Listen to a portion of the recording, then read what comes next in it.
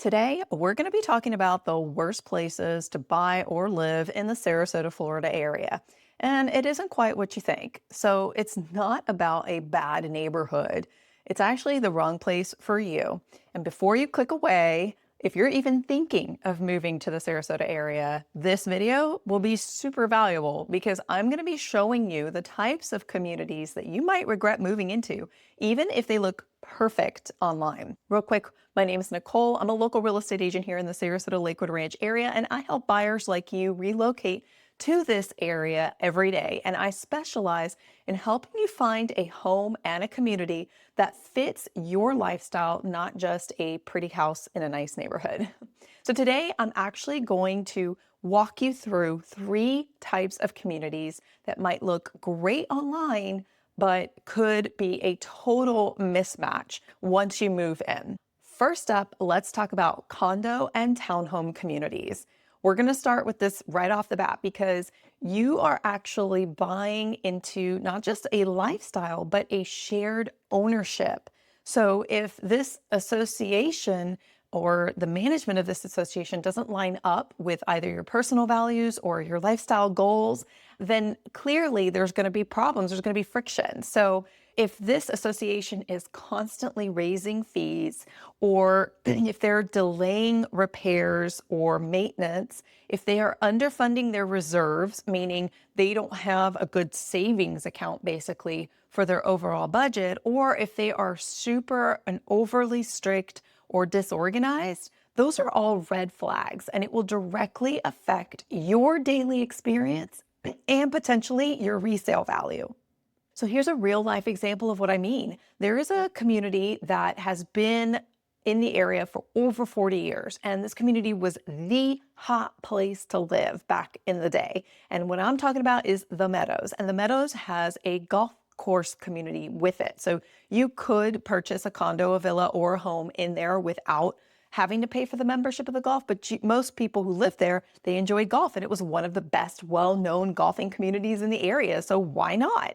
But it turns out they are now filing Chapter 7 bankruptcy, and that was a huge shock to so many people, and now those residents are having to face their property values potentially losing value because now they don't have that golf membership or that golf lifestyle that they can also include with the homes. That's the last thing in the world that you want to be faced with when you invest in a property. So could you have seen that coming down the line? I believe so, yes. Between meeting minutes, this isn't just an overnight decision that they make. So these things are usually pretty obvious if you do your homework. And that's what I'm here for. I'm here to help my buyers do their homework or offer them the information that they need so that they can make the best decision. There are now so many great laws as recently as earlier this year of 2025 that have gone into place to protect buyers, protect owners in these communities. And these laws and regulations are centered on transparency and availability of information. It used to be really difficult to get the information you needed ahead of time before you are outside of your inspection period or your cancellation period on purchasing a home, especially in some of the smaller communities that maybe didn't have a full-time manager on site. That information became difficult to access because it was hard to get a hold of the person or they didn't have access to it quickly. And you are on a clock. When you enter an agreement, you're on a clock. You only have so many days to get your due diligence done. So that was always one of the biggest headaches when trying to purchase in a condo or a townhome community. But now they've made it much easier. They have to produce it within a certain time, or it has to be available online through, it could be a secured site that they give you access to. But my point is reviewing the budget, reviewing the minutes, knowing what red flags to look for. That's what realtors like myself are here to help you do and here to help you navigate. So I help my buyers read between the lines to catch any red flags and anything that we need to be asking and finding out more about. All right, now let's talk about the neighborhood name. It's not uncommon around here, especially since we have some really popular neighborhoods. Heck, we are home to the #1 voted multi-generational community of Lakewood Ranch. That is a national recognition. So with that big name and that big award, comes the popularity. And just because it is a gorgeous neighborhood, it doesn't mean it's always the right neighborhood, right? This is super common where we are told either online or through social media or even through advertisements that this is the best place to live and it's the most popular, but that doesn't necessarily mean it's the best for you, right? You have to really think about, and this can be difficult when we don't always know what the future holds. We can have plans and we can have desires, but you have to be thinking about and keeping that in the back of your mind. What kind of lifestyle do I want once I move here? Do I want to be really close to, maybe you want to be closer to doctor's offices. Maybe you want to be closer to the beach, or you don't want a long commute to get to some of the places that you enjoy going to, whether you're a bowler or an artist or a musician or a cyclist or a tennis pro or a swimmer or a boater. That's a huge one because yes, Lakewood Ranch is #1 voted, but we don't have any boating waters here. You would have to store your boat and you would have to drive to go take your boat out. If that's super important to you, that would obviously affect and impact your decision. How far is this neighborhood or community from your daily needs and whether it fits your pace of life? Not everybody wants to be in the suburbs. Some people prefer the more urban, walking to everything, busy in the heart of everything. Then clearly you'd want to move to the city and be more in an urban environment. Or maybe you do prefer a more quiet, peaceful, nature-centric environment, and that's going to affect where we look as far as communities go. So it doesn't matter how popular a community is if it doesn't meet your preferences. If you want to be part of a really active golfing community where everything is included, maybe you have to pay a little bit more a month, but you don't have to think about it. You've got all your golfing and tennis and sports and swimming, everything's right there. So it makes sense for you. Or maybe you don't do any of those things and you don't need any of those amenities. So now you're going to be paying for amenities that you don't even use or need just because it's a popular, nice community. And what about schools? If you no longer have children in school, or if you're retiring to the area, clearly that doesn't matter as much. People do like to take it into consideration for resale value, and I definitely always recommend that. But if this is not that important to you and it's literally the decision between one area and another, you have to take that into consideration. So you don't want to pay for amenities that you're never going to use, or sitting in traffic if you've got to get to certain places. That's not what this new lifestyle is about. You want everything to be right where you're using it, live in the community where you want to make friends and connect and be a part of that community. Real quick, I help families like you all the time who are looking to move to the Sarasota, Florida area. So make sure and hit that subscribe button, turn on your notifications so you don't miss any of these videos that I'm always doing to help you make the best decision for you. Okay, now let's talk about the high HOA or community district development fees that will not match your lifestyle. So no matter how popular or nice an area may appear online, if the HOA rules are not going to work for you, then we might as well not even look. Now look, I'm a huge proponent for HOAs. I know it's an unpopular opinion, but here's why. In many cases, a well-run HOA with good management and reasonable rules can be a wonderful investment. It protects future equity, and it's more harmonious when everyone knows you have to pick up after your dog, you have to put your trash cans away. Most people, I found, don't want to live where everything is just free for all and you do what you want all the time. Especially in some of these higher end, really expensive, nicer communities, you want it to be well maintained and taken care of. And it takes rules and understanding to do that. So I'm all about rules are there for the people who need them. If you know that to pick up after your dog, that rule doesn't apply to you. You already know that, you already do it. I'm very much for HOAs that are well run and not abused. Now, of course, there are communities where that is the exception, where you have to think about the rules in place. Are they going to fit your lifestyle and your goals? A big issue for many is, do you have an RV or a boat, or are you a hobbyist? Do you collect cars or motorcycles? Do you like to tinker around? These things will absolutely affect where we look for your home, because in many HOA communities, you can't just park your RV in the driveway. You can't just work on your car in the driveway or in your garage even. We have to think about that. You would have to consider storing your RV or your boat, and you might not want to have that extra expense, so we might as well look somewhere else.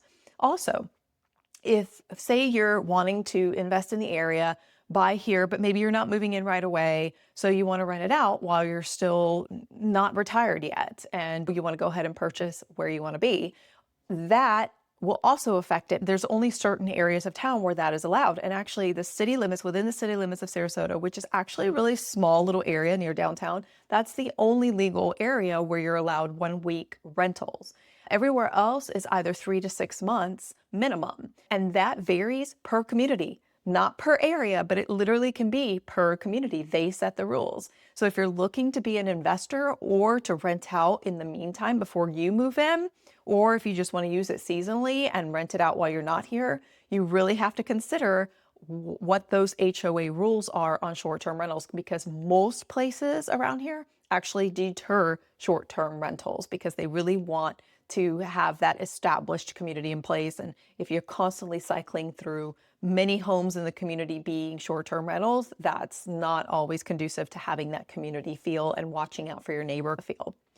The other big thing is fencing. So if you have a dog or kids and you want to have a fence in the backyard, some communities do not allow you to have a fence in the backyard, especially if you butt up to water. If you have a water view, many communities don't allow you to put a fence in the back. And if they do, there are usually really strict rules about it can only be 4 feet high or have to be metal and have so much distance within the slats. And if you have a really small dog, they could easily get out of those slats. So it's absolutely pointless. And a lot of that is to maintain the local beauty and look of the area. And it's also, if you have lawn maintenance included in your HOA, they have to be able to access that property to be able to mow it. And in some cases, if you do want a fence and get permission to put in a fence, sometimes you have to pay a little bit more per month in your HOA because that requires more work and effort on the lawn crew's part. So they charge you a little bit more for that inconvenience for the crew. But just another thing to take into consideration. And there's also, if there are really strict lawn or decor rules. So if you want that pink flamingo in your front yard, then maybe an HOA is not best for you. If you want to paint your house purple, HOA may not be the best for you. So there are places where you can absolutely do that, where there are no restrictions, and that may be a better location or part of town to look in for a home than an HOA community. So again, high HOAs, strict rules, those all have to be taken into consideration. And it's not about avoiding HOAs, right? Again, like I've said it, I enjoy living in an HOA community. It's more about choosing one that fits your lifestyle. That's the theme of this whole video.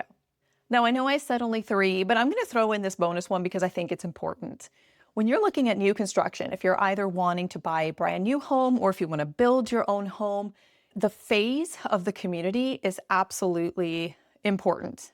If you are the first one to buy in a community or the last one to buy in a community, you have to understand and know what you're getting into, because it can either make for a really positive, exciting experience or an absolutely just you didn't know what you were getting into. And I don't want that to happen. So let's talk about it.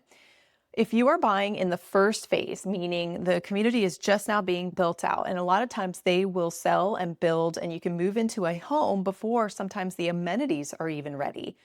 Are you still paying those HOAs? Absolutely. You're going to be paying HOA fees for amenities that aren't even built yet in some cases.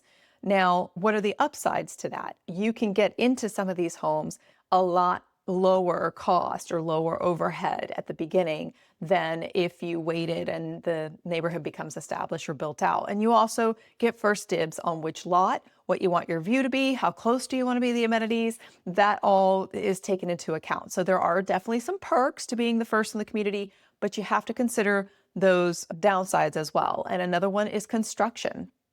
You are going to be in any community that could take anywhere from 3 to 7 years or more, if it's a really big community, to fully build out. So there's going to be contractors, there's going to be workers. Now, there are laws as to when they can work and make noise and all of that, but it's still going to be an issue. Some people, if you live in a gated community, those trucks and those workers are going to have access in and out, and those gates may just be left open during the sales and the selling process of that community because people need to be able to access to go to the office and all those things. It's really important that you understand when you're first in those communities, those are the potential downsides if they matter to you. Now, what about on the other side? What if you're like the last one or the last phases? Then you're looking at limited choices. You might only have 2 lots to choose from and possibly higher prices because they've stopped all the incentives. They know that it's going to be finished. They're no longer offering discounts or paying for closing costs. They're not offering finance discounts or any of those things. So you get what you get. And if the home's already built, you don't get to choose any of the finishes. You have to be careful that you're not choosing the wrong builder as well, because if this builder, if they are known to be difficult with warranty issues, or if they are super strict or limited, you just have to know. You have to know what you're getting into. And again, talking to a professional like myself, we've worked with many, if not all, of these builders in the area. We know who and what they typically do, what they don't allow, those kinds of things. So ask about the build timeline and honestly, add a year. So if they tell you it's going to be 7 years, it's going to be at least 8. That's just my personal experience. But that final vision for the neighborhood, what all the amenities, when they're all built out, what are they saying it's going to be? And just keep in mind, any of this can change at any point during the development process. If they run out of funding or if their direction changes, if the residents decide to change something. I've seen a new community where they put in a BMX bike course and it didn't even last a year or so. They decided to get rid of it, whether it was too much of a liability or too much of an issue. I don't know. I don't know the reason, but they got rid of it and they just put in a little soccer field. Those things do happen. Don't be surprised if the world is promised and maybe it's not everything that they promised. And so you just have to be careful. And that's part of the risk of buying into a brand new community. So remember, the worst place to live or buy in the Sarasota area isn't necessarily a location. It's anywhere that doesn't match your lifestyle or your goals, and it traps you with sometimes costly surprises. So if you're thinking again about moving to the area, definitely reach out. Leave me any questions or comments you have below if you have experience with this, or if you're curious, if you're looking into the area, drop those questions in the comments below. And always remember to subscribe, hit that notification button so that when these videos come out, you're first to see them. And I always want you to be informed. So I'm always just a call or text away. And until the next video, I'll see you then.